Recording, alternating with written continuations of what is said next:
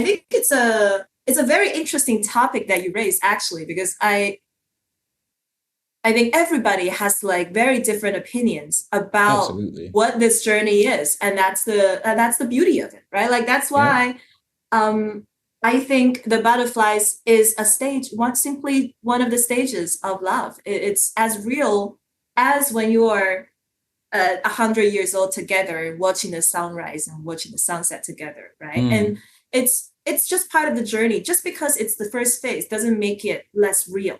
Yeah, And absolutely. I I personally love that. Like it's it's like how could you, if you go into a relationship without feeling the biological sensations of love, Mm. and you're marrying, yes, you're committing to a positive life or building a partnership together, yes, that's completely still the case. However, I wouldn't call that love, Yeah. right? Yeah. Marriage is not love. Love is a marriage. Like these are two separate things. Marriage Yeah. is a partnership, Yeah. and love is a emotional state and a connection, right? Mm. And it's like all of the feelings that goes through you when you're experiencing love and all of the different stages of love. They're all as real as anything itself, right?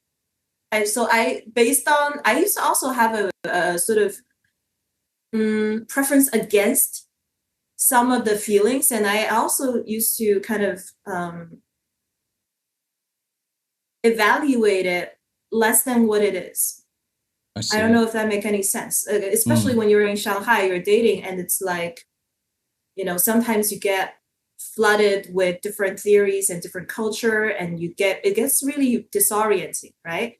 But but I think the beauty of love is that it is the one most easy to grasp, almost, but also the hardest to grasp measurement that you could have in this Mm. disorienting environment, right? Because if you feel love, you know it, right? If you feel loved, you know it. Like you Mm. can't, sometimes people feel like they can think themselves out of loving.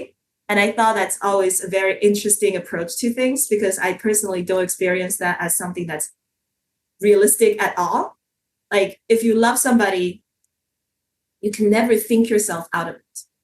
Mm. If your body is feeling the love, there's simply nothing you can do about it. You can try to stop loving someone, or if you don't love someone and you think they're medically compatible and they're financially compatible, and then everything aligns, and you don't feel the love for them, you simply cannot make yourself love them, Yeah. Yeah.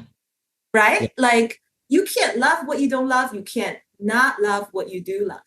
And this is that's what I think, that's what makes it so beautiful, and that's what neuroscience has helped me a lot, in the sense of Mm. accepting that it's just simply a biological state that your body is in, and you can choose to fight it, you can choose to deny its existence, or you can choose to downplay it, devalue it. There are many different approaches to it, right? But you can also just choose to accept it and enjoy everything that comes with it. Great. Give Absolutely. values to your feeling, validate your own feelings. And that's such a, I don't think, I don't think people talk enough about this. Mm. Like you feel what you feel, everything that goes through your mind and your body is validated. You don't need somebody to tell you, you don't need a society to tell you whether you should feel something or you shouldn't feel something. There is a reason that your body is experiencing something. It's telling you something is wrong, it's telling you something is Yep. right. And the more acceptance you have towards it, the easier you will flow in your life. I mean, to a lot of people, it might mean different things. Because I remember, I think I had a conversation with my grandpops this one time. I'm like, why did you choose to marry my grandma? And I was expecting something very grand and bourgeois, and he just said, "Oh, like like when I'm around her, I'm just like I'm calm." I'm like, "That's it." Yeah, So to him, that's love. oxytocin. Exactly.